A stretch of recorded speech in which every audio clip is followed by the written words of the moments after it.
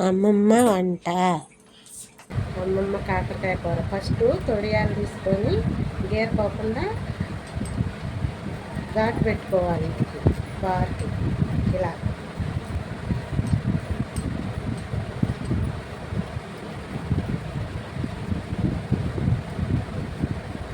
ఇలా ఘాటు పెట్టుకొని ఇలా కళ్ళుప్పు, సాల్ట్ కాదు కళ్ళుప్పు ఇలా ఘాట్లో పెట్టుకోవాలి. కొంచెం కొంచెం ఇలా అనాలి. ఇలా అని పక్కన పెట్టుకోవాలి. ఒక్కొక్కకాయ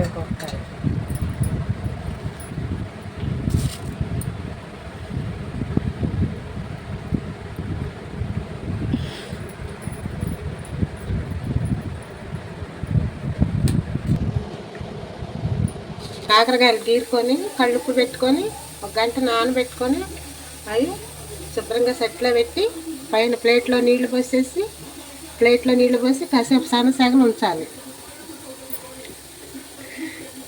ప్లేట్లో నీళ్లు పోసి ఇలా దీని మీద పెట్టుకోవాలి. ఇలా దీని మీద పెట్టుకుంటే ఈ చెమట దానిలో పడి చక్కగా ఉడికిద్ది. ఆ తర్వాత దించుకొని అవి పిండి తిరగమూతలో వేసుకోవాలి. ఇంకా చెగమైన ఉడకబెట్టాము కదా, ఆవిరి మీద ఉడకబెట్టాము నీళ్ళ ఆవిరిలో. ఇవి ఒక్కొక్కటి పిండి నూనెలో వేసుకోవాలి. ఒక్కొక్కటి పిండి మొత్తం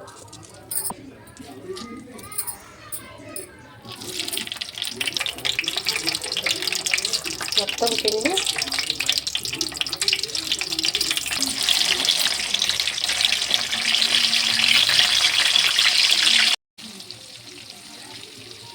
ఇదిగోండి. కారం ఇలా వేసుకోవాలి.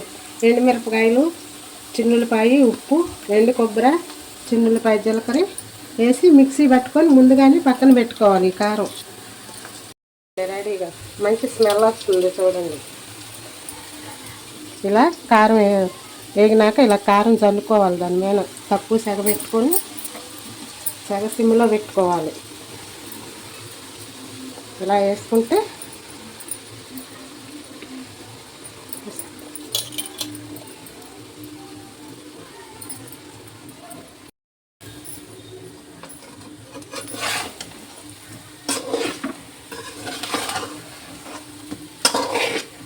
ఇలా తిప్పుకొని